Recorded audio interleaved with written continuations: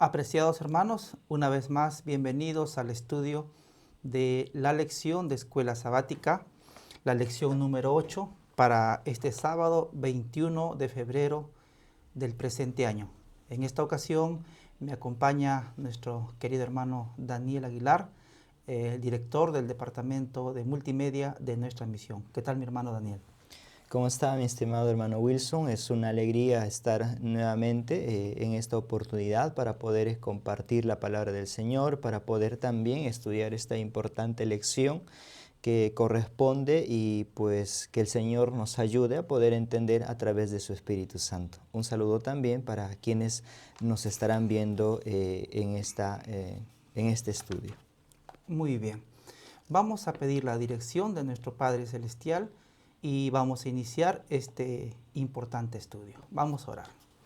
Querido Padre que estás en los cielos, en esta hora, Señor, cuando vamos a meditar en tu palabra, sabemos, Señor, que tienes una enseñanza maravillosa para cada uno de nosotros. Te pedimos, Señor, que nos puedas guiar, que seas tú, Señor, quien pueda hablar, Señor, a través de estos instrumentos humanos. Gracias, Señor, de antemano por tu presencia. En el nombre de Jesús. Amén.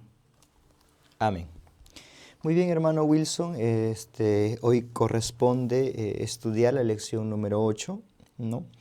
Que tiene un título importante, ¿no? y también bien interesante, es la vid. Hay un pasaje bíblico en Juan 15, 1, 2, dice de la siguiente manera, dice, yo soy la vid verdadera y mi Padre es el labrador. Todo pámpano que en mí no lleva fruto lo quitará, y todo aquel que lleva fruto lo limpiará para que lleve más fruto. Juan 15, 1, 2. Podemos concebir una relación más íntima que la que esto implica. Las fibras de la rama son idénticas a las de la vid. Es libre y constante la comunicación de vida, energía y nutrición del tronco a las ramas. La raíz envía su alimento por las ramas. Qué importante poder nosotros leer la palabra del Señor y poder entender cómo es que hay una unidad entre nosotros juntamente con Cristo. Juan 15, 1, 2 presenta a Jesús como una vid verdadera. Pero luego también hace el símbolo y nos dice que pues la raíz envía su alimento a través de las ramas. Hermano Wilson, ¿algo más que nos pueda explicar o algo más que nos pueda comentar acerca de la vid? Bien, aquí nuestro Señor Jesús, yo creo que este versículo vamos a comprenderlo mejor en las preguntas finales, ¿no?, de esta lección.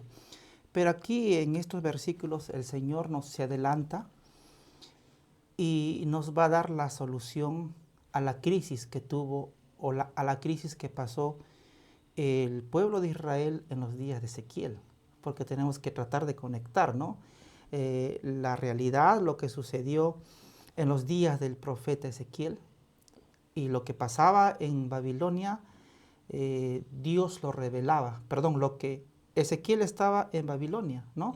Pero lo que pasaba en Israel, en Judá, Dios lo revelaba, ¿no? Entonces, ¿por qué está puesto este versículo? Yo soy la vid. Yo creo que aquí vamos a rescatar lo más importante. ¿Por qué motivo fracasó? ¿No? ¿Por qué Israel fracasó? ¿Por qué Judá fracasó? Y la lección anterior nos habló de 3 hombres justos, ¿no? La pregunta sería, ¿por qué algunos son justos, llamados justos por Dios? ¿Y por qué otros lamentablemente se perdieron? Entonces vamos a descubrirlo a través de una hermosa ilustración. Mira, hermano Daniel, la vid no solamente lo vamos a encontrar a Jesús cuando habla acerca de la vid, y él dice, yo soy la vid. Vamos a encontrar también la vid en el libro de Ezequiel, Simbolizado. y también lo vamos a encontrar en el libro de Isaías, ¿no? Entonces es importante, Dios siempre quiere darnos a conocer verdades celestiales a través de figuras, ¿no?, figuras terrenales. Y en este caso, la figura central en esta lección es la vid. Muy bien. ¿Qué podemos nosotros, como ya estuvimos escuchando, esta importante relación que existe en la palabra del Señor, en referente también hablando acerca de la vid. Nosotros cuando empezamos a estudiar, ¿no?, los capítulos de Ezequiel, ya empezando desde el capítulo 15, habla de una vid que sus ramas, cuando pues son secas, no sirven, no tienen utilidad, ¿no? Ya en el capítulo 15 nosotros vamos a ver también otra forma de cómo la palabra del Señor es representada también, vamos a decirlo allí de forma simbólica, lo que menciona Dios a Ezequiel, ¿no? Habla y menciona de 2 águilas, ¿no? Y luego también ya se va a hablar también de, en el capítulo 19, pues realmente de una vid que es prosperada, ¿no? De una vid que está plantada junto a aguas, donde pues su producción es fuerte, ¿no? Donde sus frutos, incluso su follaje, todo lo que contiene es una vid frondosa. Entonces, bajo ese contexto, de repente usted nos puede dar un poco más alcance, se va a poder analizar la lección que corresponde para el sábado 21 de febrero. Sí, yo creo que ya desde la pregunta 1 nosotros vamos a comprender, vamos a ver el cuidado de Dios, ¿no? De Dios justamente por su pueblo. Y yo creo que el Señor, te voy a contar que antes Ezequiel parecía un libro que tal vez como el año bíblico lo pasamos y lo estudiamos, Claro. ¿no?, rápidamente y no le prestamos atención. Pero mira, ahora cuando ves tú el cuidado de Dios, yo creo que Dios va a usar esta figura de la vid, porque te adelanto algo, lo más importante, aquí está, Claro. no es la madera, Claro. sino es el fruto, ¿no? Cierto. Y ya vamos a ver en la pregunta 1 cómo es que Dios se va a encargar justamente de poder preparar, ¿no?, de poder colocar a su pueblo en el lugar indicado. Qué bien.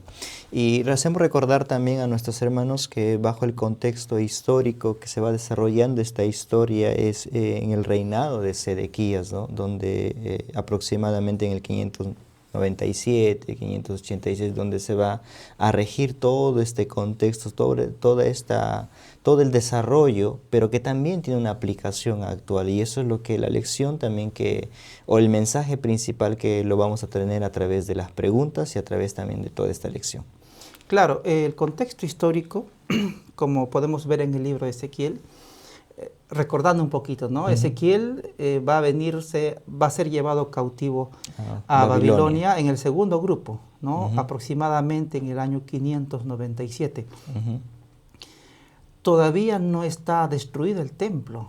El templo va a ser destruido 10 años después, 11 años después. Lo que está sucediendo en Judá, Dios lo va a revelar a Ezequiel, que está con los cautivos en Babilonia. Entonces el contexto ahora de esta lección justamente nos habla acerca de las intenciones del rey Sedequías. Sedequías estaba gobernando. Sedequías había sido puesto por el rey de Babilonia, ¿no?, para que él pueda seguir gobernando. Mira, hermano, hay que comprender lo siguiente. El rey de Babilonia era costumbre también de los asirios, por ejemplo, destruir, quitar completamente la independencia, ¿no?, Claro. de las naciones que eran pues tomadas, subyugadas, ¿no? Conquistadas. Babilonia va a ser algo interesante.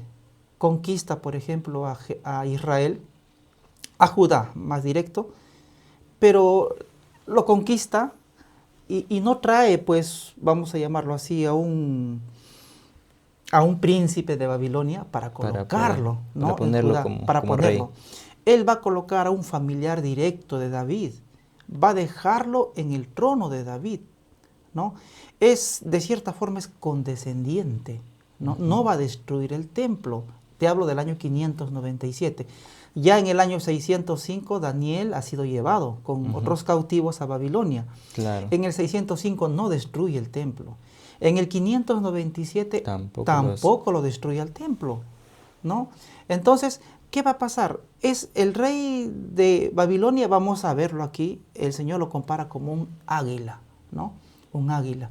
Entonces, sin embargo, Sedequías, como vamos a ver en la lección, a pesar de que es colocado, ¿no?, por el rey de Babilonia, a pesar de que el rey de Babilonia le deja, vamos a llamarla con cierta libertad, para que él pueda gobernar, sin embargo, ¿qué va a hacer Sedequías? Lo que va a hacer Sedequías es traicionar al rey de Babilonia, ¿no? Va a comunicarse con Egipto y va a empezar a pedir pues carros, va a empezar a pedir caballos. O sea, se va a empezar a armar van a empezar a tramar y a conspirar. A sublevarse. A sublevarse justamente contra el rey de Babilonia.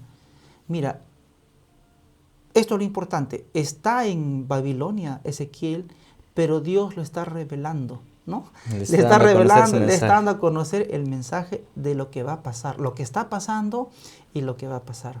Cierto. Recordemos también que cuando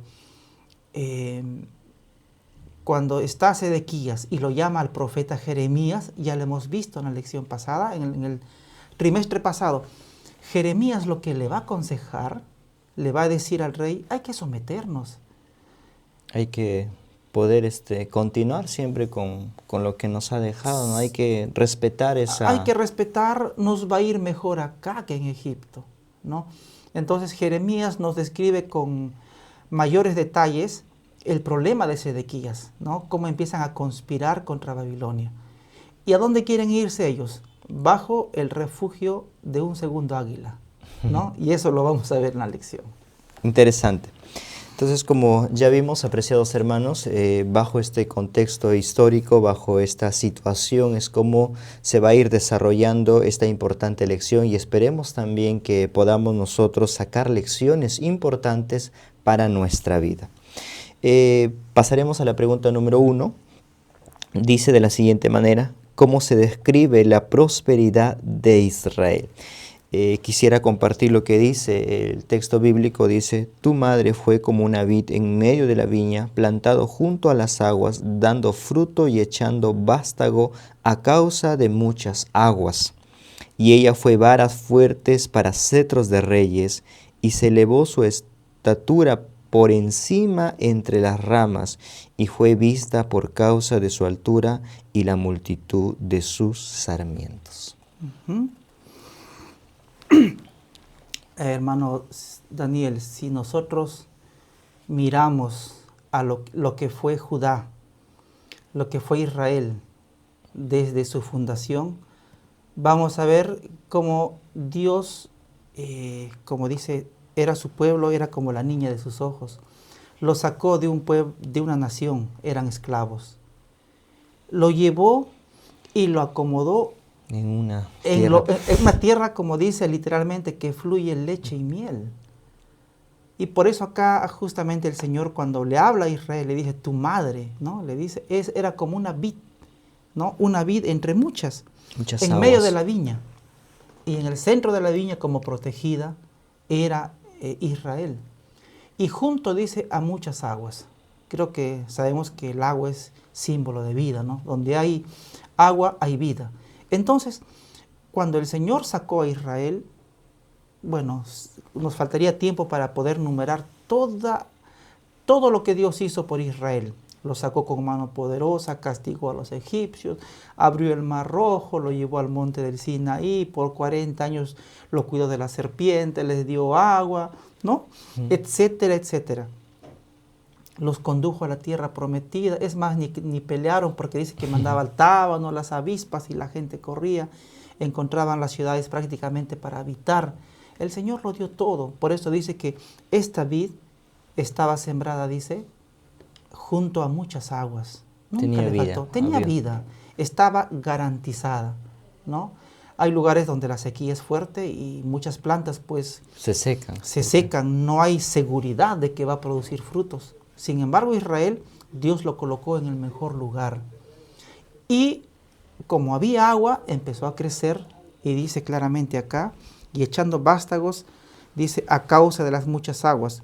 Y tuvo, dice, varas fuertes para cetros de reyes. Si miramos el reinado de Israel, 20 reyes. Interesante. Si miramos el reinado de Judá, ¿no? Cuando ya están separados, 20 reyes. Por eso dice la palabra, Israel Y echó, ambos tenían también su parte espiritual, tenían su profeta. exacto, ¿no? No les había abandonado al 100%. No, del Señor los cuidó, sabemos en cuanto a los profetas, sabemos cuántas veces Dios también Envió mensajes de enviaba amonestación. mensajes de amonestación. E Israel, hablando de la prosperidad, como dice la pregunta, se elevó su estatura por encima entre las ramas.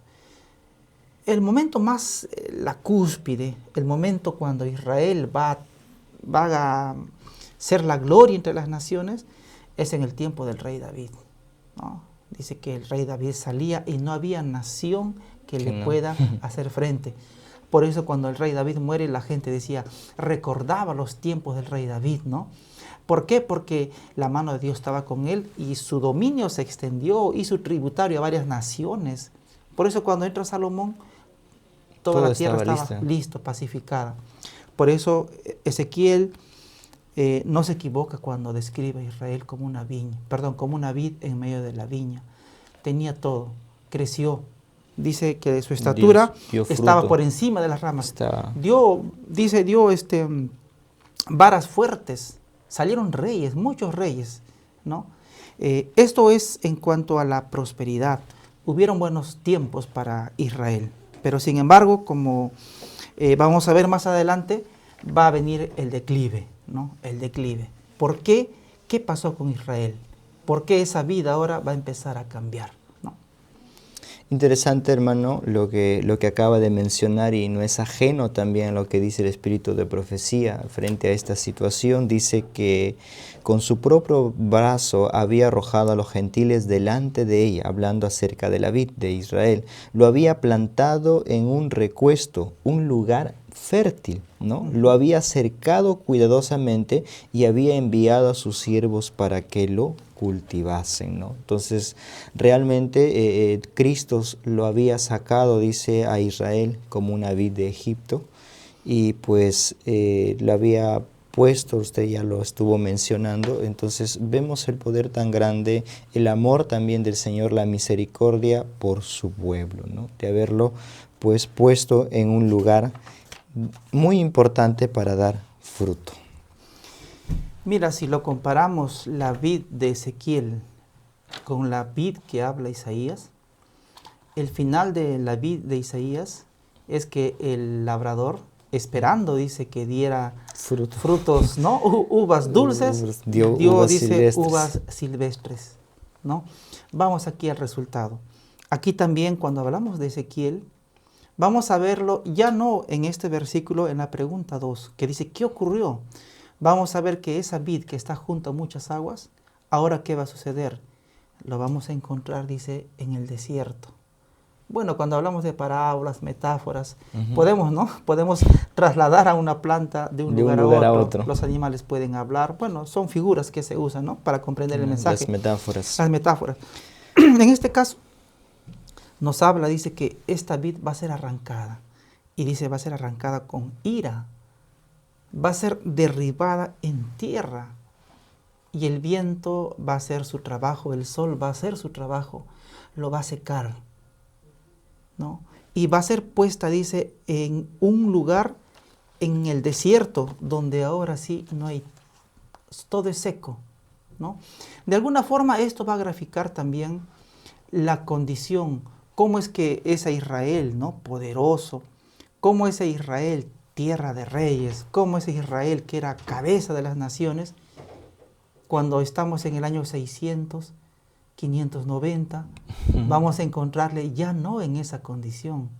Vamos a ver cómo es que lo mejor de lo que había llegado a ser la más poderosa, la más temida por otras naciones, la más respetada, la más admirada, ya pues en el 605 aproximadamente empezó su declive, empieza su decadencia, empieza a ser de repente burla, objeto de otras naciones, viendo cómo empieza su caída, ¿no? Claro. Entonces vamos a verlo ya en el desierto, ¿no? En la sequedad. Vamos a contemplar, por ejemplo, los cautivos que ya no están en esa tierra que fluye leche y miel. Más bien vamos a verlo ahora en Babilonia, ¿no? en tierra de sequedad, ¿no? Ahora, la pregunta, me gusta la nota en este caso, dice, y toma la pregunta que hay en Isaías 6. ¿Qué más se debía hacer por mi viña? Yo no creo, hermano Daniel, que el Señor, y esto vamos a aplicarlo también en la vida personal, Dios no ha sido un Dios injusto, de decir, se portó mal Israel, entonces de estar sembrado junto a muchas aguas, lo mando al desierto. No lo voy a arrancar. No. Claro. El problema está que este Israel empezó a dar, según Isaías, esta vid empezó a dar uvas silvestres, ¿no? Y a la nota claramente dice que el Señor trabajó duro, fue incansable el trabajo del Señor para salvar a esta viña, para salvar a esta vid. El Señor no quiso que esta vid sea arrancada, pero sin embargo cuando leemos Crónicas, por ejemplo, dice que el Señor enviaba mensajes constantes, enviaba a sus profetas, pero algunos los mataban. Y hay una parte cuando dice, hasta que ya no hubo más remedio. Ya no hubo una forma de cómo hacerlo recapacitar de su pecado. No había una forma de cómo hacerle volver a donde ellos se habían hundido en la esclavitud del pecado. Realmente, viendo la condición espiritual del pueblo de Judá, del pueblo de Israel, era una condición muy terrible. Pero a pesar de esa condición, Dios no les abandonó a ellas. Su incansable esfuerzo por protegerla, por cuidarla, por salvarla, pues Él mismo dice que la había plantado esa viña. Entonces, pues realmente no es que Él lo dejó allí al olvido, sino hubo un trabajo de por medio, fue reflejado su amor, su misericordia por su pueblo. Si tomamos lo que hizo Dios por su viña, según Isaías, que la plantó, como dijiste, ¿no? La regó, sacó las piedras, puso un cerco. Entonces, con justa razón, cuando el labrador va, ¿no? Al momento de la cosecha, dice, ¿pero por qué uva silvestre? ¿Qué más podía hacer? ¿No? Le había dado todo. Lo dio todo. Y se esperaba que pues ese cuidado, esa protección, el haber hecho todo ello, se esperaba ver buenos frutos, se esperaba ver frutos dulces, no frutos silvestres. Claro. Entonces, mira, nosotros también aplicándolo en la vida espiritual, yo creo que también el Señor da todo y hace todo por cada uno de sus hijos, ¿no? El Señor nos llama y este mensaje no es para el mundo, ¿no? Es un mensaje, para la iglesia. Nosotros para somos nosotros. la vid. Y el Señor ha hecho todo por nosotros. Nos ha colocado en el mejor lugar. Según Ezequiel, nos ha puesto junto a muchas aguas. No puede haber sequedad. Entonces, ¿qué espera el Señor? Va a esperar igual. No espera uvas silvestres. No espera uvas amargas. Espera uvas dulces. Y en Ezequiel también nos está graficando cuál es el final de una vid cuando no sirve. Que no sirve. Que no da frutos, ¿no? Que no da frutos, ¿no? Entonces, yo creo que nosotros debemos también, mediante estas lecciones, comprender que Dios hace todo por nosotros, ¿no? Hace todo por nosotros. Lo hizo por Israel y también lo hace por su iglesia, por nosotros. Por nosotros. Entonces, mis queridos hermanos, yo creo que en la pregunta 2 nosotros podemos encontrar una importante lección. Recordemos allí mientras hubo esa separación espiritual del pueblo de Judá, ¿no? Dejarlo a Dios a un lado, pues las consecuencias es que pues esta vid fue arrancada, ¿no? Fue derribada, fue sacada y el fuego lo consumió. Entonces vemos allí, ¿no?, que de lo que estaba bien en aguas, de lo que estaba bien en un lugar apropiado para poder dar buenos frutos, pues es trasplantado a un lugar desierto. Y claro, obviamente, la condición de Israel de haber sido una nación tan grande llegó a ser también pues subyugada, esclavizada y llevada también cautiva a un lugar pagano, ¿no? Y destruida también, ¿no?, de la misma manera. Esta traslación, hermano, de un lugar, de una viña, ser arrancada y ser colocada en el desierto. En el desierto, ¿de qué te sirve? El tamaño. ¿De qué te sirve que dice que hubo varas donde salieron Para para cetros de reyes. ¿De qué sirve todo esto si no hay agua? si no hay agua?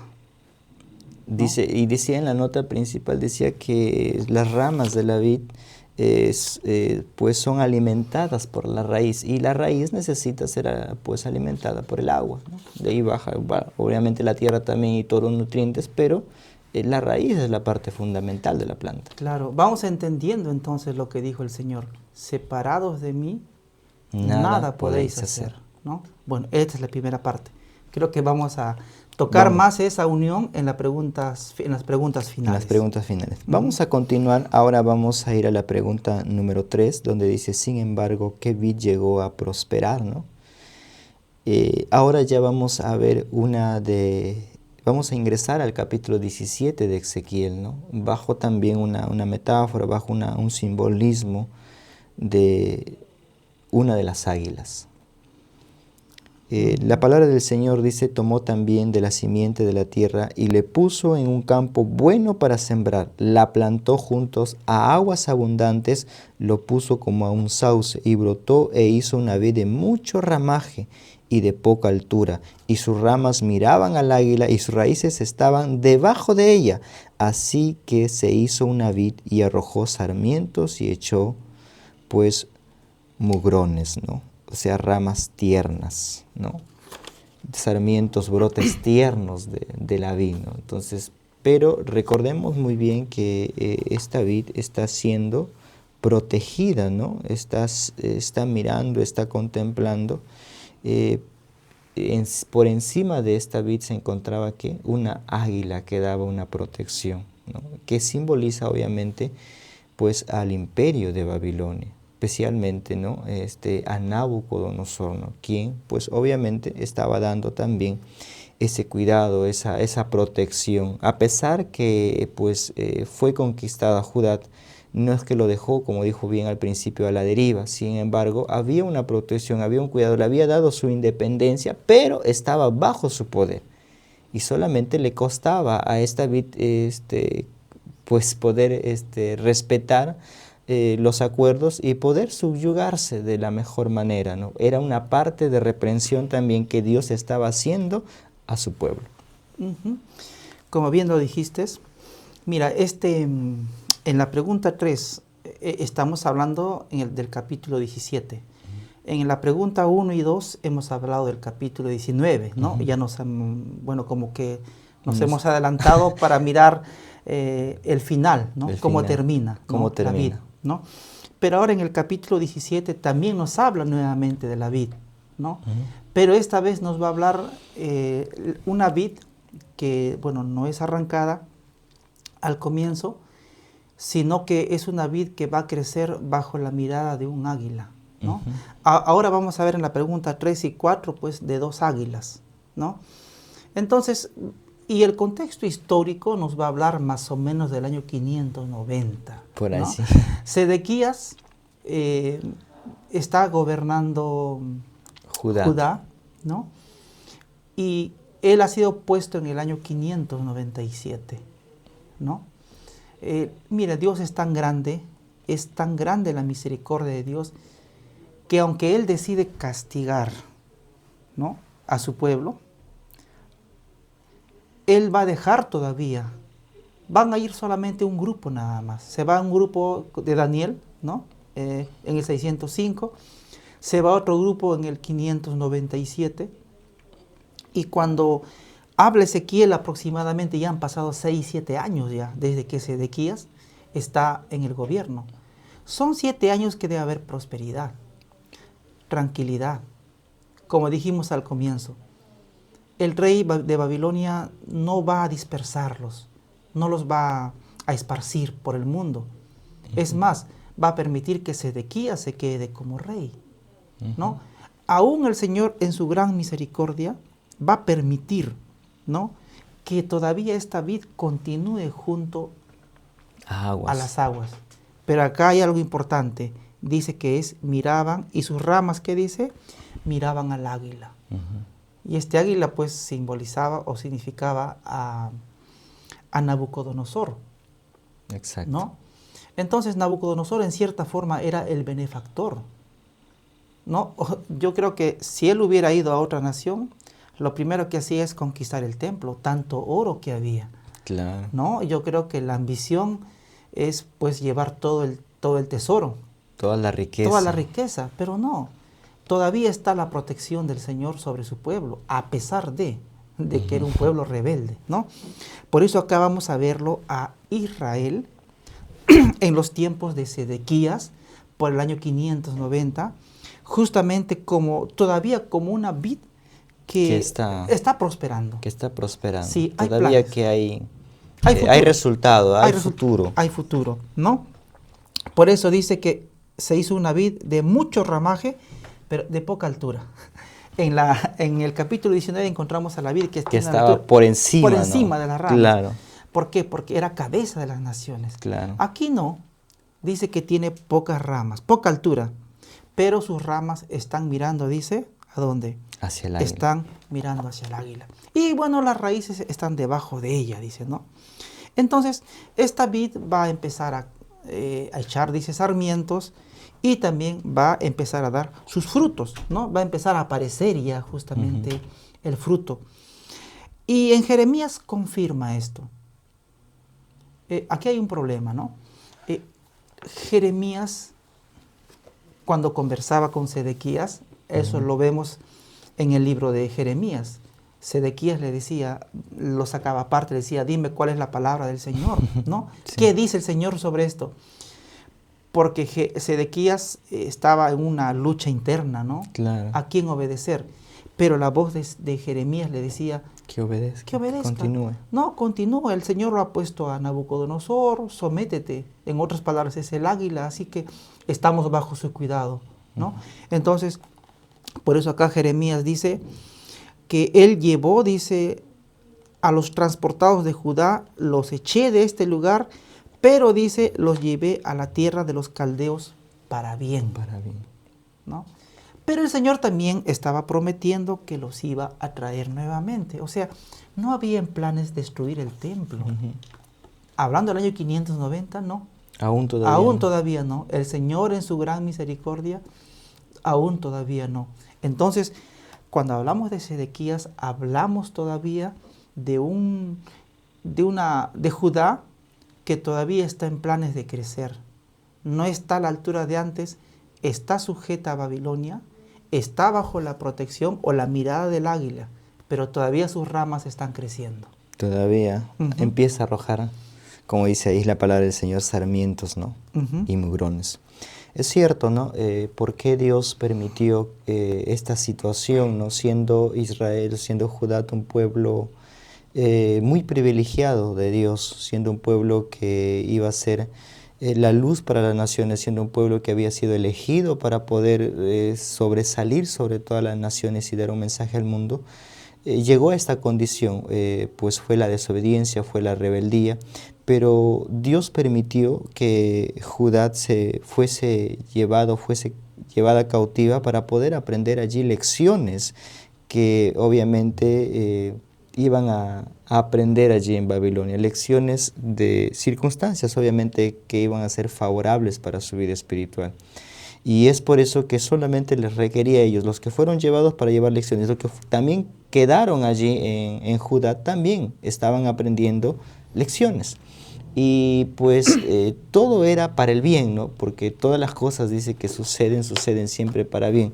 Pero la situación obviamente va a ser desfavorable y ya vamos a ir analizando que va a surgir otra águila dentro del contexto histórico, ¿no? Y obviamente ya va a cambiar ese panorama. Si bien es cierto, estaban bajo una protección de Babilonia, ahora van ellos querer buscar otro tipo de protección. Y ahí vamos a ver cuáles son las serias consecuencias que puede también ser aplicable para nuestra vida de buscar de repente refugio, no en Dios, sino de repente en seres humanos o en otras cosas, que probablemente pareciera que fuera la solución, pero no lo es. Ya Ezequiel 17, nosotros vamos a ver allí otra águila, quisiera compartir con nuestros hermanos también. Dice, había también otra águila de grandes alas y de muchas plumas, he aquí que esta vid juntó cerca de ella sus raíces y se extendió hacia ella sus ramas para ser regada por ella por los surcos de su plantío. En un buen campo junto a muchas aguas fue plantada para que hiciese ramas y diese fruto, y para que fuese vid robusta. Nosotros vemos aquí, contemplamos cómo es que esta vid que pues realmente estaba empezando a arrojar sarmientos, estaba echando ya mugrones, ¿no? Esas ramas tiernas, se dan cuenta de que la protección que tenían de la primera águila, ahora se dan cuenta y empiezan a mirar que la segunda águila, y dicen, y lo contemplan y lo ven que la segunda águila está dando protección y como que ese terreno también es muy fértil, que también da que puede dar muchos frutos, y pues podrían llegar a ser también una vid robusta, ¿no? Una vid que iba a dar buenos frutos. Entonces, ¿a qué simboliza, hermano, la segunda águila, ¿no? Bien, yo creo que, como te decía, estudiar Ezequiel, leerlo y una y otra vez nos lleva a comprender el amor de Dios, ¿no?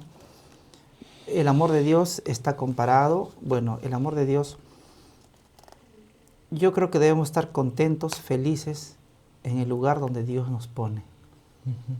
Dijo Moisés, si tu presencia no va ahí con nosotros, Señor, mejor no nos saques de este lugar. Claro. Y ellos, aunque estaban en el desierto, pero estaban con la presencia de Dios, ¿no? De igual forma también nosotros como cristianos, en el lugar que estemos, pero debemos estar con la presencia y con la protección de Dios, que es lo más importante. Pero mira, muchas veces, hermano Daniel, nosotros como humanos, por eso vamos a ver la pregunta 6 y 7, cuando dejamos de depender de Dios, tal vez nuestra visión, nuestra forma de mirar cambia, ¿no? En la pregunta 3 encontramos a Israel bajo la protección, bajo la mirada de un águila, y ese águila justamente es Babilonia. Pero aparece ahora otro águila, y este águila es Egipto. ¿Y qué va a hacer? Dice acá. ¿Qué va a hacer la vid? Como que la vid toma vida, ¿y qué va a hacer? Esta vid dice que va en busca de este águila. O sea, estoy bajo la protección del águila, de este águila, entonces esta vid va, vamos a llamarlo, sus ramas dice que van a empezar a mirar, a extenderse al otro águila. Sus raíces, ¿no? Va a empezar, como decir, a caminar para colocarse bajo la protección del otro águila, ¿no? Y aparentemente está bien. ¿Por qué? Porque hay mucha agua, claro. Hay buena tierra. Como, ¿no?, que va a haber prosperidad. Va a haber prosperidad, ¿no? Pero muchas veces, como dice la palabra de Dios, hay caminos que al hombre le parecen rectos, y parece que el lugar que Dios nos ha puesto no es el mejor, ¿no? Parece que es mucho mejor lo que ven nuestros ojos. Sí. Y esto pasó en los días de Sedequías. Aunque Dios por medio del profeta Jeremías le decía, quédate tranquilo, no hay que adaptarnos, no, hay que acomodarnos, someternos al rey de Babilonia. Mira, tenemos comida, estamos en casa, ha llevado un grupo de cautivos, van a volver, tenemos el templo, podemos adorar a Dios. ¿Qué nos falta? Estamos bien. Pero ¿qué hacía Sedequías? Según la lección, acá en el versículo 19, ¿sí? Dice que se rebeló contra Dios y empezó a enviar embajadores a Egipto. ¿Por qué mandó embajadores a Egipto? Justamente pidiendo, dice, caballos y mucha gente. Soldados. ¿No? Claro, esta lección, el contexto histórico es lo mismo de Jeremías, que ya lo hemos estudiado, ¿no? Pedía apoyo. Quería rebelarse contra Babilonia. Aunque Jeremías le dijo, no es lo correcto. No es lo correcto. Porque inclusive vino palabra de Dios, dice a Jeremías, cuando vinieron, dice, embajadores de otros países, ¿no? Para hacer como un concilio secreto ahí en Jerusalén. buscando la forma de cómo sublevarse. Y Jeremías también dio una profecía. Claro. Y acá Ezequiel, mira, Ezequiel, en esos tiempos no hay internet, no hay modo de comunicación, No hay forma no de hay cómo dar mensaje. cable, ¿cómo se llama? En el siglo XX, me acuerdo de los telegramas, ¿no? Con palabras claves. Aquí no hay forma De cómo... de poder enterarnos lo que está pasando en Babilonia, a menos que la noticia llega, pero después de meses o tal vez años. Sin embargo, acá el Señor ya le dice a Ezequiel que comunique a los cautivos en Babilonia lo que está pasando en Judá. Ellos están despreciando lo que Dios quería para su pueblo. Claro. Tranquilidad, vivir en paz. Tranquilidad y paz. Solamente someterse al rey de Babilonia, estar bajo la protección del primer águila. Pero ¿cómo es el corazón humano? ¿No? Sedequías y las demás naciones querían salirse, no salirse de la sombra de este águila. Y en este caso vieron que Egipto ofrecía justamente Aparentemente lo mismo y mucho mejor. Y mucho mejor. Había mucha agua, buen terreno, ¿no? Pareciera que iba a haber una prosperidad para ellos, una solución a su problema. Así es. Ahora dice el Señor, diles, dice, así ha dicho Jehová el Señor, ¿será prosperada? La respuesta es no, porque ya habló por medio del profeta Jeremías. No les va a ir bien, no les va a ir bien, y no les fue bien al final. Dice, no arrancará sus raíces y destruirá su fruto y se secará. Entonces aquí vemos el cambio que se da. La pregunta dice, ¿qué cambio se dio? ¿No? Ese cambio se va a dar justamente, ¿qué cambio se dio? De ser una vid, ¿no? Próspera, de ser una vid no muy alta, pero sí todavía con mucho follaje, ¿no? De estar protegida por Dios, ¿qué cambio se va a dar? Lamentablemente va a ser arrancada. Va a ser arrancada. Por querer estar bajo la sombra de Egipto, ¿no? Sedequías comete este grande y grave error, lamentablemente va a ser arrancada. ¿Cómo? ¿No? Bueno, está en la pregunta 6, pero va a ser arrancada. Pero el Señor dice que no hace nada sin que antes primero lo revele a sus profetas. A sus profetas. Muy bien. Pues realmente es algo sorprendente si nosotros damos una aplicación actual. Muchas veces nosotros también, ¿no? Estando de repente en algún lugar, de repente algún hermano teniendo algún cargo de responsabilidad dentro de la iglesia, y muchas veces estando bien, pero a veces se anhela otra situación, ¿no? O de repente estamos bien bajo la protección de Dios y buscamos de repente un camino equivocado. Entonces Dios nos pueda ayudar para tomar las mejores decisiones y que las mejores decisiones sean de acuerdo a su voluntad. Escuchar siempre la voz de Dios que tiene a través de ¿qué? De su palabra. En la pregunta 5, mi querido hermano, menciona y dice cómo describe el Señor la madera de la vid, ¿no? Recordemos que ya hay un simbolismo en relación a cómo es la madera. La madera de la vid dice que es una madera muy frágil, que es una madera no como otras maderas que realmente sirven para hacer muebles, sirven para ciertas cosas, ¿no? La madera que pues vamos a decir sale de la vid es una madera que realmente no se toma para hacer alguna obra alguna, no se toma para poder hacer algún trabajo. Realmente la única función que podría tener mientras hay vida, mientras está esa vid viva, pues es dar fruto, ¿no? Pero cuando ya esa vid realmente es cortada, ya su madera no sirve para nada más que, como menciona la Biblia, dice que es puesta a fuego para ser consumida, ¿no? Y obviamente ahí decía la palabra del Señor, sus dos extremos fueron consumidos por el fuego y aparte en medio se quemó.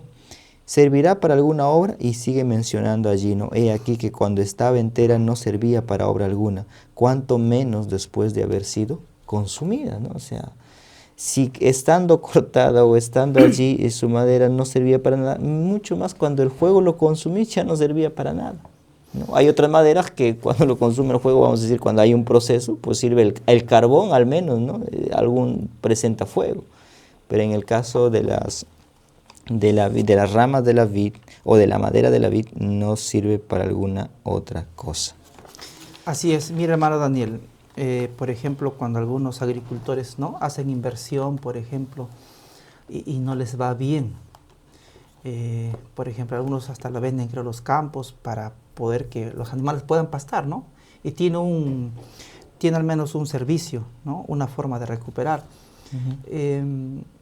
Otros, por ejemplo, vemos que si vamos a una maderera encontramos diversos tipos de madera, pero vamos a ver que en el caso de la vid, ¿qué va a pasar? Si no hay fruto, lo demás no sirve. Eso hay que rescatarlo. Dios lo que pide de la vid justamente son frutos. Puedes tener 10, 20 años, ¿no? No sé cuánto dura la planta de la vid, pero así sea el tiempo que dure, así haya dado también los mejores frutos. Cuando está arrancada, como ya lo dijiste, lamentablemente la madera no sirve para nada. Y acá, como dice Ezequiel, ¿qué dice? ¿Tomarán de ella madera para hacer alguna obra? Bueno, encontramos una mesa de ¿qué? De cedro, ¿no? Mascar unas puertas de caoba, ¿no?, de tornillo, pero nunca vamos a encontrar una obra, No, un catre. ni una mesa pequeña que sea de la vid, de la madera de la vid, ¿no? Lamentablemente no lo vamos a poder encontrar. Solamente, entonces, ¿qué hacemos con algo que no sirve?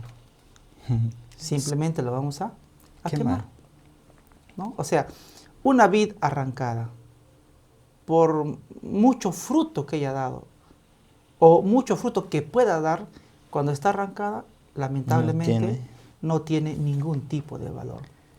Inclusive dicen, ni siquiera una rama puede servir para un palo, ni una rama, ¿no?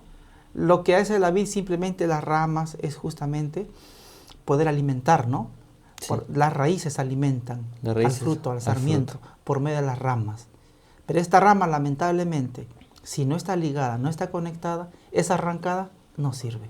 No hay un segundo uso, lamentablemente, para estas ramas. Claro, y si nosotros le damos realce también a lo que dice la nota de la pregunta número 5, entonces, pues hablando acerca de nuestra naturaleza pecaminosa, dice allí, mientras nosotros no pongamos o no busquemos un pronto auxilio o estamos desconectados de Jesús, realmente pues nosotros no vamos a poder sobresalir de nuestra situación normalmente. Igual sucede con la rama de la vid. Si está separada, está seca, no tiene vida, porque la vida se encuentra en donde, en Jesús. ¿No? Y aquí decía allí, muchas veces nosotros luchamos contra el mal, pero ahí decía, Jesús es nuestro poderoso auxilio, un apoyo que nunca falla, ¿no? Entonces, y ahí viene, ya vamos a ir viendo en la pregunta 6 y en la pregunta 7 que hay un núcleo central, que hay cierto apoyo de parte del Señor, y pues realmente es algo poderoso. Simplemente es la unión que uno debe tener con Jesús, ¿no? Porque uno, aparentemente, pues la rama ya no tiene servicio si está separada de la raíz. Mientras está en la raíz puede dar fruto, pero si hay una desconexión ya no existe fruto. Lo mismo es también. Nosotros por naturaleza somos pecadores. Mientras nosotros estamos conectados con Jesús, vamos a dar frutos. Nos desconectamos automáticamente. El resultado sería ¿cuál? Pues que el fuego consuma, ¿no? Entonces, ya estamos entrando realmente a lo que debe simbolizar, ¿no? Allí en la pregunta 6 dice, ¿qué simboliza tal descripción, ¿no? Así es. Mira, hermano, volviendo al ejemplo de la vid, ya lo dijiste, nosotros como pecadores, como humanos, siempre vamos a querer buscar refugio en el segundo águila. Egipto. En Egipto, siempre, porque somos pecadores por naturaleza. Y acá lo dice la nota, ¿no? Por naturaleza nosotros vamos a querer siempre apartarnos, no hacer la voluntad de Dios. Pero gracias a Dios, ¿no? Cuando nosotros hemos aceptado al Señor, hemos pasado por el nuevo nacimiento, ahora sí hay remedio para nosotros, claro, ¿no? Esa vid que está en el desierto, en la pregunta 2, ¿no? Es muy triste. No hay agua, ¿no? No hay agua donde se pueda Sostener, no puede alimentarse. En la vid del capítulo 17 hay agua, pero no son las aguas que el Señor ha prometido. Son fuentes extrañas, ¿no? Pero sin embargo, si esta vid y el Señor lo ha plantado y permanece bajo la sombra del primer águila, ¿no? Entonces va a empezar a crecer, ¿no? Pero también se requiere justamente que nosotros en esta parte podamos velar, ¿no? Para que también pueda haber frutos. Por ejemplo, acá dice, ¿qué es lo que tenemos que hacer? Debemos, dice, adiestrarla a la mente para que se concentre en las escrituras y en temas nobles y elevados. Claro. ¿No? Porque también nosotros siempre, así como las ramas, las raíces, queremos irnos a otro lado, de igual forma también la parte humana, el viejo hombre siempre quiere, nuestra naturaleza pecaminosa quiere escaparse, ¿no? Pero tenemos también nosotros, como hemos nacido, somos nuevas criaturas, entonces esa parte, la nueva naturaleza, ama las cosas de Dios. Y como hay esa lucha de los dos principios que nosotros lo conocemos, dice que nosotros también debemos, en la parte para alimentar la nueva naturaleza, debemos alimentarlo ¿de qué? De la palabra de Dios. No es que va a venir un ángel, nos va a leer la Biblia. Tenemos que esforzarnos en ese sentido, ¿no? Claro. Esforzarnos inclusive acá dice. Para concentrarse. Y también dice... Temas nobles y elevados. Exacto. Y también dice aprender algunas porciones de la Biblia. Incluso dice capítulos enteros. Yo creo que no debe perderse esa buena costumbre, ¿no? En las clases de niños, por ejemplo, nos enseñaron versículos de memoria, cantos. Esas cosas alimentan y quedan para toda la vida. Esta vid, no permitir, ¿no? De que se vaya tras otras fuentes, sino que debe beber, ¿no? De estas fuentes, de estas aguas seguras que es Jesús. Alimentarse, ¿no? Justamente, y nutrirse de la palabra de Dios, ¿no? Bueno, la pregunta 6 vamos creo, a ver lo que en sí simbolizó esta vid, ¿no? Estas águilas. Claro, y en la pregunta 6 menciona a Ezequiel 15:6, dice, por tanto así ha dicho Jehová el Señor, como la madera de la vid entre los árboles del bosque, la cual di al fuego para que lo consumiese, así haré a los moradores de Jerusalén. Entonces creo que hay una sentencia, ¿no? Una sentencia clara y directa de parte también de Dios, ya pronunciada no solamente a Jeremías, sino también a Ezequiel, de que obviamente los moradores de la tierra de Jerusalén iban a ser sentenciados, ¿no? Se iban a ser llevados, iban a ser llevados cautivos, iba a ser destruida también, no solamente la ciudad, sino también el templo, ¿no? Entonces hay una descripción allí, mientras ellos estaban unidos a la fuente de vida, había prosperidad. Mientras ellos todavía seguían en la protección de Egipto, de Babilonia, había aún esas posibilidades de prosperidad. Pero cuando ellos decidieron desviarse del camino e ir tras Egipto, entonces hubo una sentencia. Así es. Y así como en el libro de Ezequiel vemos a esta vid seca, echada al fuego, de la misma forma también el Señor pone un ejemplo, ¿no? En cuanto al trigo y a la cizaña. El fuego también los consume. Será para la cizaña, ¿no? Lo importante siempre es el fruto, ¿no? Si la vid no da frutos, no tiene. Es cortada y es cortada. Y es llevada. Y es llevada, ¿no? Y es llevada y es quemada. Así es. Entonces aquí también nosotros tenemos que aprender, porque dice la pregunta, ¿qué simboliza tal descripción? Si nosotros vemos, hermano Daniel, el año 587, 586, se va a cumplir. Se cumple. Se va a cumplir lo que el Señor representa dijo. en Israel literalmente. Claro, vemos vivir el cumplimiento literal. Jerusalén va a ser quemada, el templo va a ser destruido, los moradores van a ser llevados cautivos. Sedequías, ¿no? El responsable es llevado justamente a Jerusalén. Sus ojos van a contemplar cómo sus hijos van a ser degollados en su presencia, Y eso va a ser la última escena que va a haber, porque después de mirar a sus hijos degollados, lo van a sacar los ojos. Lo van a llevar a Jerusalén, dice, con un... A Babilonia. Perdón, a Babilonia lo van a llevar con unos grilletes, si no me equivoco. Sí, ahí, como lo ponían los animales. así como a los animalitos, ¿no? Como una cadenita, como un cerdito lo van a llevar.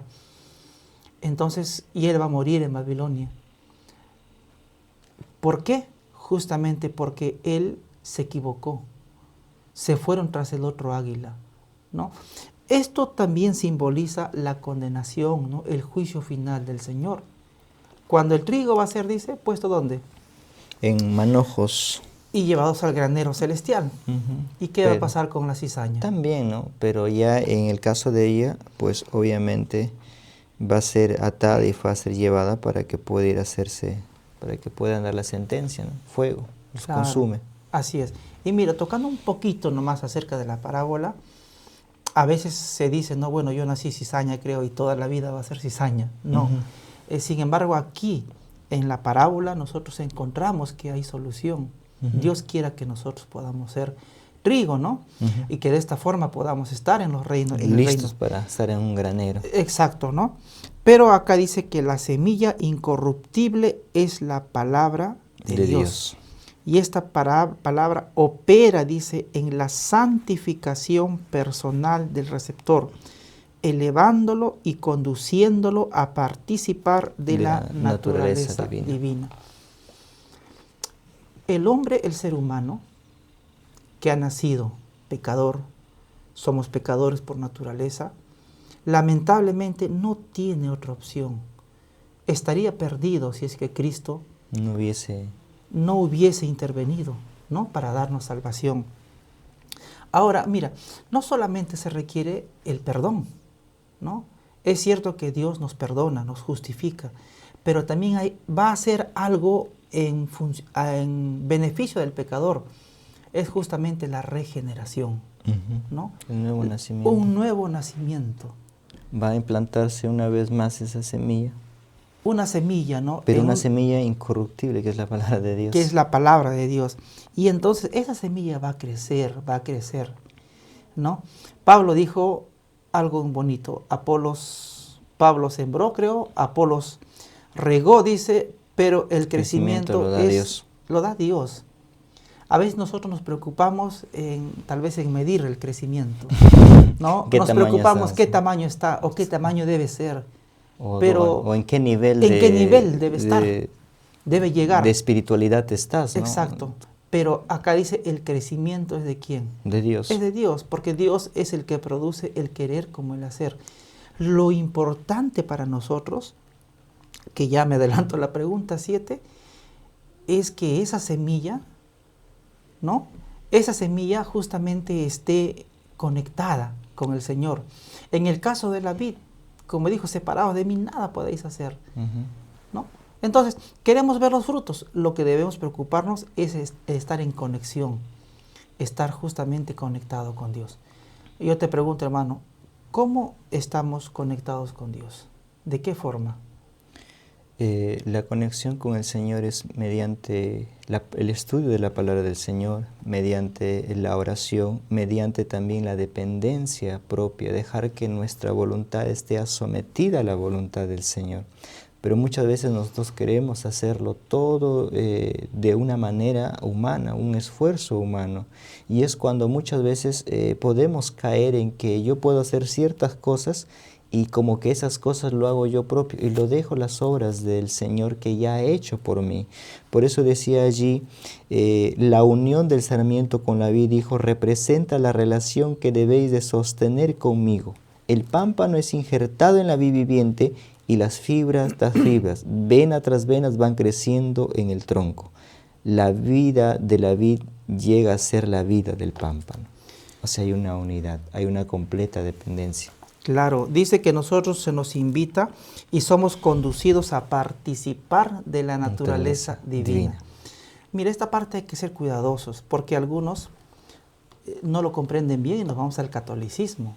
Decimos, somos salvos arriba, somos justificados y un pedacito de la justicia de Cristo se nos imputa a nosotros aquí en la tierra y esa justicia tiene que desarrollar y llegar a ser semejantes como a Cristo. No. cuando se dice que nosotros somos participantes de la naturaleza divina, Claro. nos está hablando primeramente del nuevo nacimiento. Jesús, ¿qué le dijo a Nicodemo? El Si que es tú nacido, el que es nacido de la carne, carne es. carne es, le dijo. Y el que es nacido del Espíritu, Espíritu es. Le dijo, si tú no naces de nuevo, No tienes parte en el reino de los no cielos. puedes entrar, le dijo, al reino de los cielos. Entonces, para entrar al reino de los cielos, Se necesita, se necesita el nuevo el nacimiento. nuevo nacimiento. Todos, no hay excepción. Todos necesitan pasar por el nuevo nacimiento. Y cuando nosotros pasamos por el nuevo nacimiento, ¿no? Este nuevo principio, ¿no? Entra, ¿no? Está En presente acción, en fuego. acción, ¿no? En el ser humano. No es que Jesús, ¿no? Un pedacito de su justicia, no se implanta, no. Hay un nuevo nacimiento. Somos partícipes de la naturaleza divina. Y el hombre recibe, ¿qué cosa recibe? Recibe justamente la fuerza para vencer. El hombre natural no puede vencer. El hombre natural es como la vid que está seca en el desierto. Como una vid que está arrancada Está de la raíz. arrancada, ¿no? Pero sin embargo, cuando nosotros somos, como dijo Pablo, ¿no? En cuanto al olivo, somos participantes de la rica savia del olivo. De igual forma también el cristiano cuando Cuando está injertado, dice en la vid viviente. estamos injertados en la vid viviente, cuando nosotros estamos conectados, entonces nosotros estamos participando justamente de la naturaleza divina. Claro, y ahí decía, así también el alma muerta en delitos y pecados, que vendría a ser el pecador, recibe vida por su unión con Cristo. Notemos, ¿no? Por la fe en el Salvador personal se forma esta unión. El pecador une su debilidad a la fuerza de Cristo, su vacuidad a la plenitud de Cristo, su fragilidad a la perdurable potencia de Cristo. Entonces tiene el sentir de Cristo. Así es. Ya estamos en la pregunta 7, ¿no? Sí, en la pregunta ¿Cuál 7. es el núcleo central de la fe? Y los frutos. Y los frutos. Esa unidad. Mira, hermano Daniel, aquí se equivocaron los judíos. Los judíos creían que su fe lo vivían con el mero cumplimiento. ¿No? Soy judío, Y practico las leyes, voy el sábado a la sinagoga, doy mi ofrenda, ofrenda, soy consciente de mi diezmo. Diezmo dice hasta lo más mínimo, ¿no? El eneldo, el comino. Doy mis ofrendas adecuadas en la hora adecuada, el servicio en la mañana, el servicio en la tarde. Exacto, y inclusive si habían normas nuevas, ellos estaban dispuestos a hacerlo. Y si aparecían más, igual. Si decían vamos a ayunar 2 veces a la semana, lo hacían. Por eso el fariseo decía, Señor, yo ayuno 2 veces a la semana. Pero algo habían perdido. Y el Señor le dijo, y dejáis lo más importante, que es la justicia, la misericordia y el amor. ¿No? ¿Cuál es el núcleo central de la fe y los frutos? Es la conexión. La unión. Esa unión. ¿No? Esa unión, como ya dijimos, que la única forma es una conexión diaria. No podemos decir, hermano Daniel, bueno, en tal fecha yo conocí al Señor y desde ahí estoy en una vida estable. No. O estamos creciendo espiritualmente o también estamos decayendo espiritualmente, ¿no? Entonces, dice la unión del sarmiento con la vid. Esta es la relación que dice que uno debe sostener con Cristo. Algo también importante. Hay un párrafo que dice la hermana Joay, sería bueno que cada día pudiéramos, dice, dejar, dice, que la mente, que la imaginación se posesione de la mente.